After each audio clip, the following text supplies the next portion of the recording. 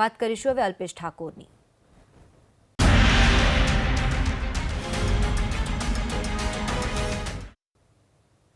કોંગ્રેસમાંથી રાજીનામું આપવાની ચર્ચા વચ્ચે અલ્પેશ ઠાકોરે મોડી રાત્રે ગુજરાત છોડ્યું છે। અલ્પેશ ઠાકોર સાથે એબીપી અસ્મિતાએ ટેલિફોનિક વાતચીત કરી।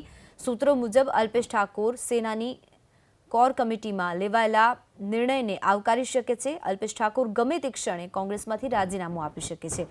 ગુજરાત કોંગ્રેસના નેતાઓ અલ્પેશ ઠાકોરના સંપર્કમાં છે। અલ્પેશને બનાવવાની જવાબદારી કરી ફરી એક વખત અર્જુન મોઢવાડિયાને સોંપવામાં આવી છે।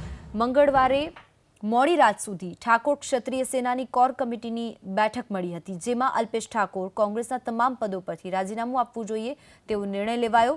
એટલું જ નહીં, આ અંગે 24 કલાકમાં નિર્ણય જાહેર કરવા અલ્પેશના સાથીઓએ તેમને સૂચન કર્યા છે। તમામની વચ્ચે અલ્પેશ રાજીનામું આપે તો તેની શું અસર થાય તેને લઈને પણ પ્રદેશ કોંગ્રેસે મંથન શરૂ કર્યું છે। અગાઉની જેમ ઘીના ઠામમાં ઘી પડશે તેવી આશા સાથે કોંગ્રેસના વરિષ્ઠ નેતાઓ અને પ્રદેશ કોંગ્રેસ પ્રભારી રાજીવ સાતવ સતર્ક થયા છે।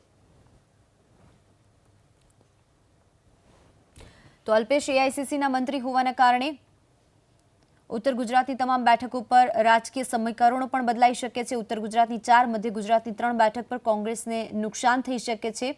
પાટણ, સાબરકાંઠા, મહેસાણા, બનાસકાંઠા બેઠકના પરિણામો પર સીધી અસર થઈ શકે છે। રાજ્યભરમાં ઓબીસી સમાજના અંદાજે 46 થી 52% મતદારો છે। જો અલ્પેશ કોંગ્રેસ છોડે તો આ તમામ પર અસર થાય તેમ છે।